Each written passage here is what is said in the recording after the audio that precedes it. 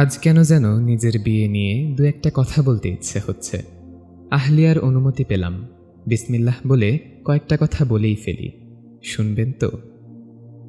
প্রায় 4.5 বছরেরও আগের কথা। সেদিন খুবই অবাক হয়েছিলাম বিয়ের প্রস্তাব শুনে। কারণ বিয়ের জন্য আমি তখন একটুও প্রস্তুত ছিলাম না। মূলত আমি তখন পুরোপুরি আমার বিয়ের বিপক্ষে। বিয়ে নিয়ে পড়াশোনা করে আর অভিজ্ঞদের অভিজ্ঞতা জেনে নিজের জন্য একটা ব্যাপার তখন একদম ক্লিয়ার। আমার জন্য বিয়েটা কোনো সলিউশন না।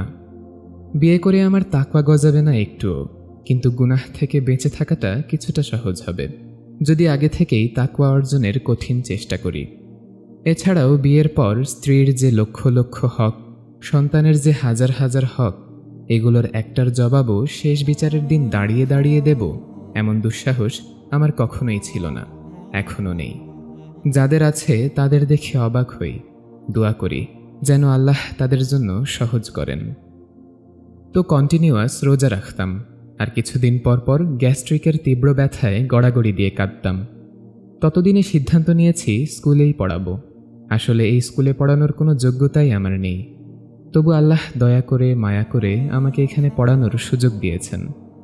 এই শুকরিয়া আমার এক জীবনে শেষ হবে না।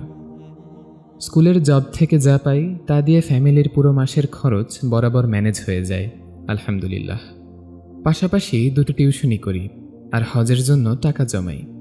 ততদিনে বুঝে গিয়েছি আল্লাহকে ছাড়া আমার আর কিচ্ছুর প্রয়োজন নেই, কাউকে প্রয়োজন নেই। ওনার কাছের হব, বাইতুল্লাহর মেহমান হওয়ার সৌভাগ্য হবে, বিগত জীবনের গুনাহগুলো আরও সুনিশ্চিতভাবে মুছে পরিশুদ্ধ হবে। এই স্বপ্ন ছাড়া আর কিছুই তখন মাথায় নেই। আর 1030 টাকা হলেই হজে যাওয়া আসার খরচ ম্যানেজ হয়ে যাবে। ঠিক এই সময়েই আল্লাহ তাআলা একটি বিয়ের প্রস্তাব সামনে আনলেন। খুবই অবাক হয়েছিলাম দুটো কারণে। প্রথম কারণ অপ্রস্তুত অবস্থা। দ্বিতীয় কারণ সারা জীবন স্কুল মাস্টার হয়ে থাকতে চায় এমন কাউকে সুস্থ মস্তিষ্কের কারো বিয়ের প্রস্তাব পাঠানোর কথা না, তবুও প্রস্তাব ফেলতে সাহস হলো না। কাছের বন্ধু আর ছোট ভাইদের সাথে আলোচনা করলাম, ইস্তিখারা করলাম। সিদ্ধান্ত নিলাম পাত্রীর বাবার সাথে সরাসরি কথা বলবো।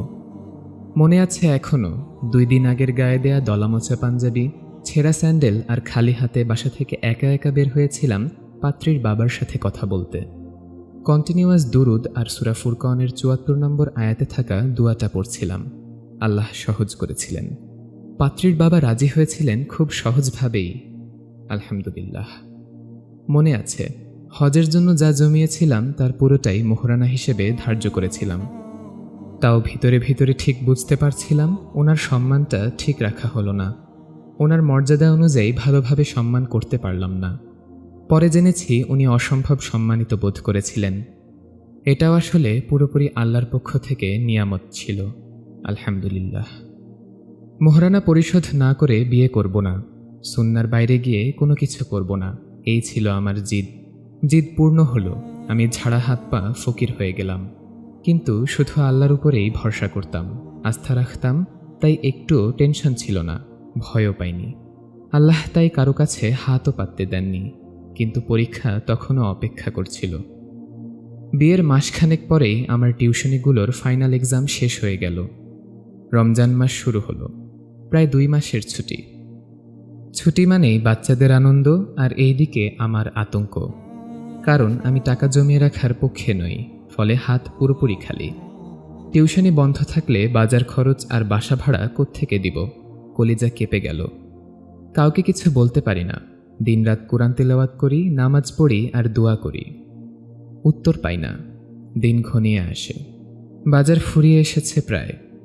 বাড়িওয়ালার টাকা দেওয়ার ডেটও আর কিছুদিন পর দরজায় কড়া নাড়বে। 30,000 টাকা দরকার। কোথায় পাবো এত টাকা? দিনে রাতে দোয়া চলছে।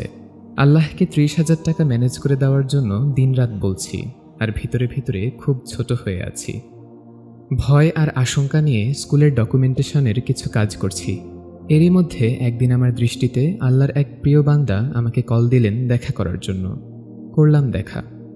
উনি অনেক আগে একটা কাজ দিয়েছিলেন, ফি সাবিলিল্লাহ। কাজটা করে দিয়েছিলাম।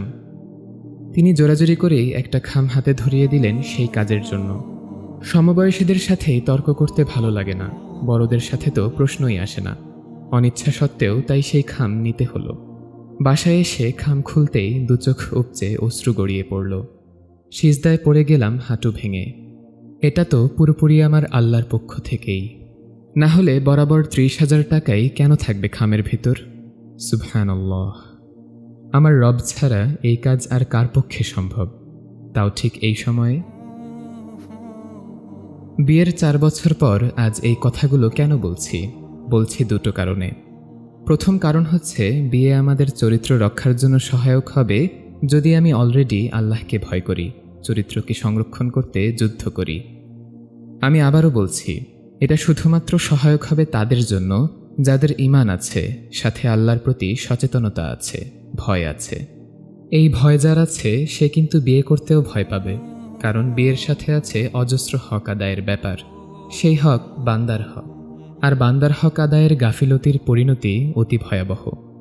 আল্লাহকে যারা ভয় করে তারা তাই বিয়ের আগেই পড়াশোনা করে সব জেনে নেয়, নিজের চরিত্র আখলাককে সংশোধন করার চেষ্টা করে, চিন্তা করে বুঝে নেয়ার চেষ্টা করে সে আসলেই একটা মানুষের দায়িত্ব নেয়ার যোগ্য কিনা, একটা মানুষের দেখাশোনা করা, ভরণ পোষণ দেওয়ার পাশাপাশি তাকে আগলে রাখার মতো পৌরুষত্ব তার আছে কিনা। দ্বিতীয় কারণ হচ্ছে আল্লাহর উপর ভরসা করা, পুরোপুরি আস্থা রাখা ওনার জ্ঞান ও প্রজ্ঞাভিত্তিক সিদ্ধান্তের উপর। বিয়ে যদি না হয় সেটা নিয়ে হাহুতাশ থাকবে না, পরম সন্তুষ্টি থাকবে, কারণ এই বিয়ে না হওয়াটা কল্যাণময় বলেই তো আমার পালনেওয়ালা মালিক আমাকে বিয়ে করাননি এখনো। তাহলে সবর আর সন্তুষ্টির পরীক্ষায় আমি কি ফেল করব? আর যদি বিয়ে হয়ে যায় তাও আলহামদুলিল্লাহ। নিজেকে বারবার মনে করিয়ে দিতে হবে, আমি কি আমার জীবনসাথীর হক আদায় করছি সব? ফেল করছি না তো? জুলুম হচ্ছে না তো তার উপর? আল্লাহকে আরও বেশি ভয় করতে হবে ওই পক্ষের হকের ব্যাপারে। আর নিজের হকের ব্যাপারে, আমার হকের জন্য তো আমি ক্ষমা করার ক্ষমতা রাখি, রহমত রাখি হৃদয়ে। সেই ক্ষমতা প্রয়োগ করার সুযোগ না পেলে, ক্ষমা না করলে আমার অপরাধগুলোর জন্য আল্লাহর ক্ষমার আশা কিভাবে করব? আমার জীবনসাথী কি ফিরাউনের মতো খারাপ, যার কারণে আমি নামাজ রোজা করতেও ভয় পাই? যদি ফিরাউনের মতো খারাপই হয়, আমার পরিত্রাণের কোনো রাস্তাই না থাকে, তাহলে তো আসিয়া আলাইহিসসালামের মতো এটা আমার জন্য অপূর্ব সুযোগ আল্লাহর কাছে ঘর বানানোর, জান্নাতে যাওয়ার। যে আল্লাহকে চেনে ফলে ঈমান এনেছে, সে শুধু আল্লাহকেই চাইবে, আর আল্লাহর ভালোবাসা হারিয়ে ফেলার ভয় করবে। আর এই ভয় যার থাকবে, আল্লাহ তার জন্য অকল্পনীয় উপায়ে রিজকের ব্যবস্থা করে দেবেন, সমাধান তৈরি করে দেবেন। এই ওয়াদা আল্লাহ নিজে দিয়েছেন। এই ফাঁকে বলে রাখি, বিয়ের ঠিক 1.5 বছর পরেই আমার আর আহলিয়ার হজের ব্যবস্থা আল্লাহ নিজে করে দিয়েছেন। আমার হাত কিন্তু তখনও পুরোপুরি খালি। ইয়েস, আল্লাহ এমনই। আর এই সারপ্রাইজগুলো দিয়ে কাঁদানো একমাত্র ওনার পক্ষেই সম্ভব। একটা কথা মনে রাখা উচিত, আমরা দুর্বল সৃষ্টি, তাই সমাধান খুঁজি, আর আল্লাহ সব কিছুর স্রষ্টা, তাই তিনি সমাধান খোঁজেন না, সৃষ্টি করেন। হ্যাঁ, তিনি সমাধান সৃষ্টি করেন শূন্য থেকেই। অতএব যারা ভরসা করে, নির্ভর হয়ে সবটুকু আস্থা একমাত্র আল্লাহর উপর রেখে কাজ করে যায় সন্তুষ্ট মনে, তাদের জন্য আল্লাহই যথেষ্ট।